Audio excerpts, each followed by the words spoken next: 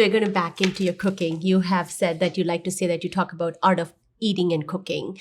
And you talk about how using your hands and doing things together and expanding to share it comes from, and I remember being in one of your cooking classes and you talked about your staff, right? That everybody who cooks in the back are women. And you got to a little bit expand because it actually touched me when you said why you chose those people. Well, to talk about why the kitchen staff was all women at Vij's, and it still is at Rangoli and at Vij's,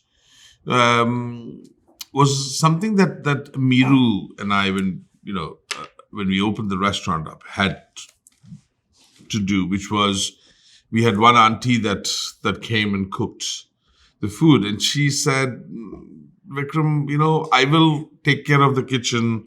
You don't have to worry about it. But just, let's just keep cooking.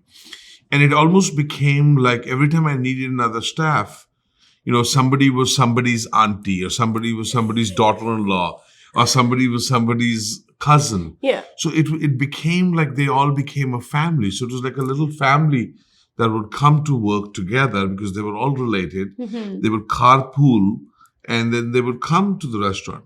So it was never like, oh, this is the way it's going to be. Yeah. I've always been the person who says, let people be free. Let them be the artists that they want. And the beautiful part about our restaurants at Vij's and Rangoli and at My Shanti is that the daytime ladies do not know how the food is served at nighttime. The nighttime ladies do not know how the food is prepared during the daytime. It's almost like this puzzle that works really well together. And then the bonding aspect of it is that I say, no, do this and do this and do this together. So it almost like, I feel like in Hindi we say a katputli wala, somebody, you have the puppets in front of you, people do things in front of you, but who's the one who's singing behind, who's the one who's playing, has always been our goal and our venture. So I will say this with all due respect to all my women, that the fact that I am where I am, or where we are, not I am, but we are, is because of them. Without them, I would be nobody. Without my kitchen staff, without my ladies who work so hard and toil so hard, without them, I would be nobody. I would have no stance to stand on. They are the ones who are responsible. You just picked on such a good topic on leadership. Because leadership is not just you don't want followers, you want building leadership. Correct. And you built that team, right. And you acknowledge that because of them who you are. So that's where changing minds, because in the post, it's like me, or I, and you change it to we. And how you just spoke, what you just said, it's very powerful because we need to have that mindset. Right. To grow when doesn't matter what you're doing, right? So, and I admire you for doing that and giving those women the opportunities. And, and I'm pretty sure you said that you learned from them too, because you try to put your little spices because you have that habit. Right. And they will, and what goes behind the kitchen. Well, Meenu was very integral part of this, right? And I want to take the moment and acknowledge her hard work, her effort. And we are still very good business partners. We still, run our businesses together. We still have our two daughters together, obviously, and we have a very good relationship as friends.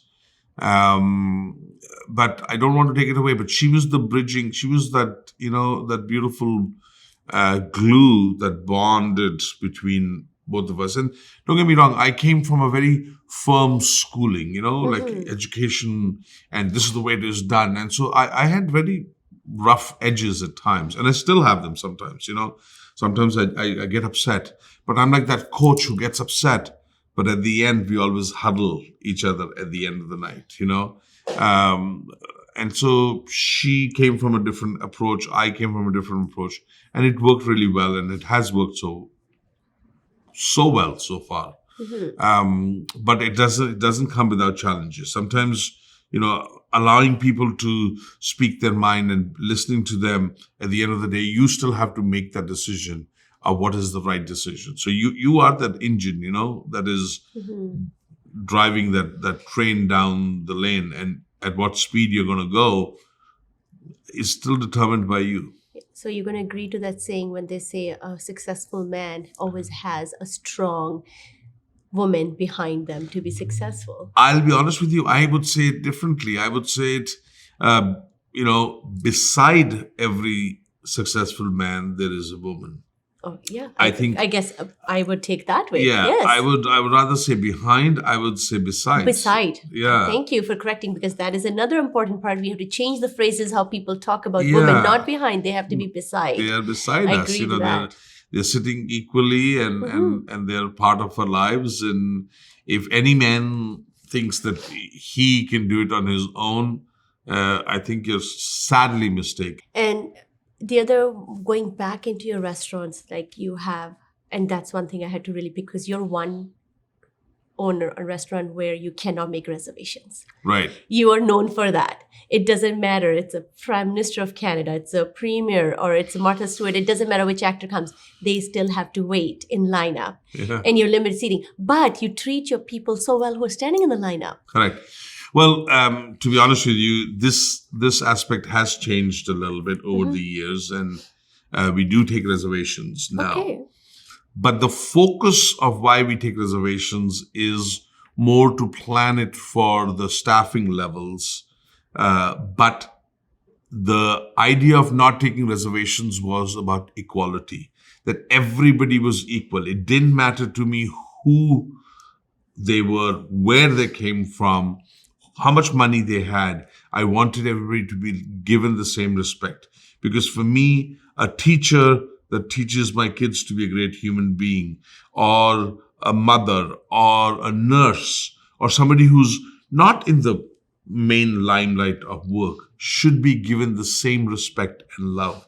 Because Gandhiji said, we are all equal. So I wanted everybody to be equal. It didn't matter who you are and where you came from. So now, the reservations are open, but they're also still at a level where doesn't matter who you are, we treat you with the same respect and love. And thank it was you. very, very fundamentally very important for both of us, for Meeru and I, because I've never been the kind of person who says, oh, they're from here, or this is the economic situation or not. You never know. No. You never know, And so treating people with respect and love has been my core and my fundamental issues. And I have to say, I love that part. Thank you. Actually really have so much respect for you for that very reason, because it's all about equality. Yeah. Our leadership, our degrees, where we are, we're CEO of this country, or we're Prime Minister, President, they are just labels. Yeah. That doesn't define us as a human. Exactly. End of the day, we are just equal, and we are just doing, that's a job we are doing. Correct. Right? And you put it in such a good contact, and you actually showed it differently, Right. and you actually made people think. If you've not realized, you have made people think, why is first come first serve? It doesn't matter. So people, that's a conversation piece, and people, you made them change their minds, thinking going forward how you should be thinking equally. Right. And it's not like I made you stand outside in a bank like No, that. you I brought you didn't. some chai, I brought you some Exactly. stuff to munch on. I brought you. So I basically, what I said, remember at the beginning of the interview, I said I put myself Yes. on the plate. I put myself, when I go to a restaurant or somewhere, how do I want to be treated? So you come to my house, I want to come to the hangout at the back, in a little living room, have a little drink, have something to munch on, and blah. And it's become social, because I'm a social butterfly. Yeah. I'm a social being. So my idea was not that come to the restaurant, eat, and leave. No. My restaurant is come to my house. Yes. I'll show you. Come and hang out with me. We'll chat. We'll have lots of fun. And then we'll go out and eat, kind of a thing. Well, that's every time I've been to a restaurant, you're always there. Yeah. Always greeting your guests. You're always coming to tables. You're personally greeting them. And that's very rare, because the owners are always not seen. We don't even know half the time who the owners is of that restaurant. Right. But I love people. Yes. Like, I'm a people's person. I Yeah. love people. I'm one of those guys, when people used to come over to my house when we were kids, I was the one who would open up the door and say, Auntie Ji, come on, I'll make you some tea, or I'll do this and I'll do this. I was that social butterfly. Yeah. And I've always been that social But butterfly. from our roots too, from India. That's it. Like you don't know call, you just show up at person's house, the door's always open. Exactly. Right? That's who we are. Yeah. And to this day, if somebody shows up at our door and I say that, you came to my house, you can't go without eating or drinking. Exactly. And it's funny for people then, what do you mean by that? I'm like, you just came to an Indian person's house. I do not know how to let you go. Just at least a cup of chai. Cup of something, chai, you know. exactly. Now going from that, like you have, being a chef, you have seen every angle of the kitchen from the line cook to the CEO, and you have single-handedly changed the caliber again of the Indian food, how it's prepared and delivered to on international scale. Going into that, what was the most difficult part of that journey? The most difficult part was not being accepted by your own people. Being labeled by the Indians to say that I'm not authentic, or I am not real, or my food is not real. That was the most hurtful part. And it still hurts sometimes. Sometimes when you read a review and somebody says, he's not authentic, he's not real Indian food, it really hurts because A, I am from India and I know the Indian food and the spices. B, my kitchen staff are all Punjabi and from northern India. They know the food. Yeah. So when somebody says you're not authentic or you're not real, that's like somebody saying, this is not your child. I mean, you're doubting my child. You're doubting my creativity. You're doubting my food. It's like telling A.R. Rahman that this is not your music or this is not Indian music. I mean, it's embedded. And I think to not get that acknowledgement is what hurts the most sometimes. Not being loved by your own community, by your own people, is far more hurtful than anything else. And sometimes I take people's hands and say, do me a favor. Don't pay for it. If you only like it. If you like it, you pay for it. If you don't like it, you don't have to pay for it. Mm-hmm. And then people look at me and say, okay, that means you're really honest and truthful about it. Mm-hmm. Just because it's not according to what you are used to doesn't mean I'm not authentic. Mm-hmm. I am as authentic. And I think there's, just to answer that, because when people say you're not authentic, and because I'm born Indian, I know you did not live in Punjab, you have traveled India, and I myself have traveled India. It's important to people to know India is not Punjab. India Correct. has so many different ways of cooking with the same spices. So it doesn't matter which part of India, this different state you go, they have different way of cooking. So when you say this is an Indian cuisine with Indian, you're talking about India. Correct. You're not talking about this is Punjabi cuisine. That's where people have to understand.